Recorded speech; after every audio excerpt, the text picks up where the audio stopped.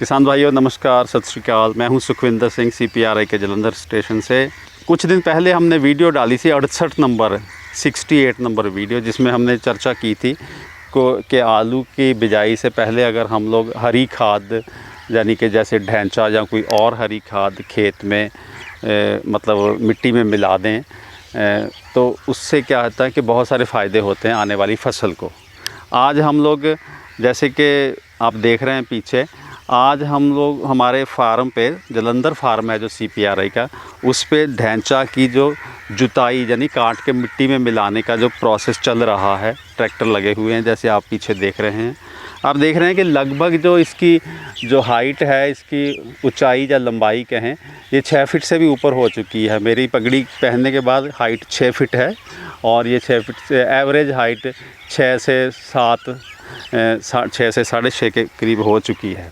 तो ये प्रोसेस चल रहा है और यहाँ पे हज़ारों बगुले और हज़ारों कौवे और दूसरे जानवर भी ऐश कर रहे हैं, मौज कर रहे हैं। और इसमें क्या है कि जैसे पहले भी 68 नंबर वीडियो में दिखाया था कि ये जड़ों में बहुत सारे गांठें बन जाती हैं, नोड्यूल्स बन जाते हैं और उन गांठों में नाइट्रोजन जो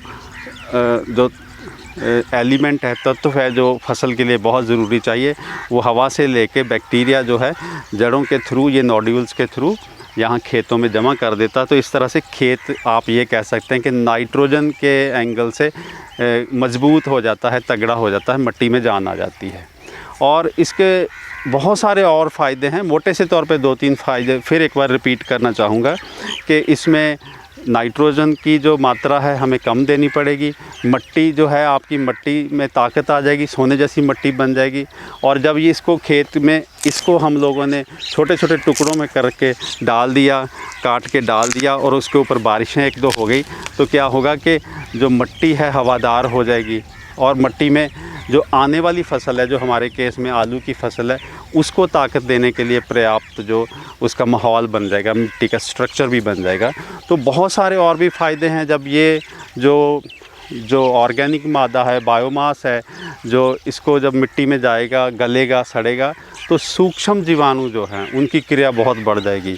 जब सूक्ष्म जीवाणु की क्रिया बढ़ती है तो वो फसल के लिए आपको पता है वो अच्छी होती है। उसकी डिटेल में मैं नहीं जाऊंगा।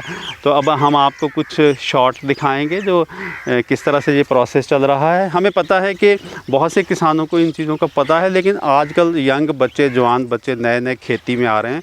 कुछ लोग आप में से होंगे जिन्होंने शायद ये पहली बार ही देख रहे होंगे कि ये क्या हो रहा है।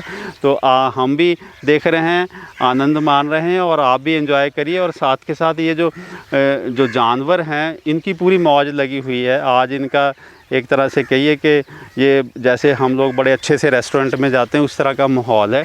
जब ये जुताई की जाती है तो मिट्टी में से बहुत सारे ऐसे कीड़े मकोड़े निकलते हैं जो इनकी खुराक है। ये पूरी मौज कर रहे हैं, आप भी इनको देखिएगा। और साथ के साथ हमारे जो क्या है कि क्योंकि हम लोग जो आलू फार्म पे सिर्फ एक खेत में एक फसल लेते हैं साल में।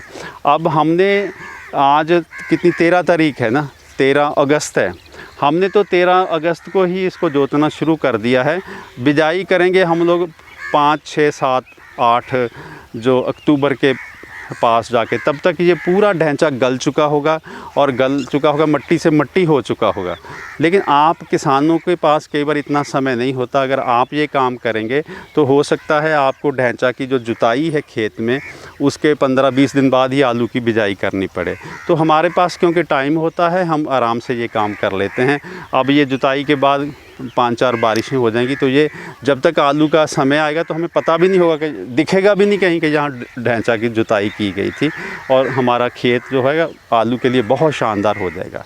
इस वीडियो के देखने के लिए आपका बहुत बहुत शुक्रिया। और इस विषय में अगर आपका कोई तजुर्बा है, आपकी कोई इस तरह के बारे में राय है तो आप कमेंट बॉक्स में ज़रूर लिखिएगा। और बहुत सारी और वीडियोज़ हमारी आ रही हैं, उनका भी आप इंतज़ार करिए। शुक्रिया, मेहरबानी, थैंक यू।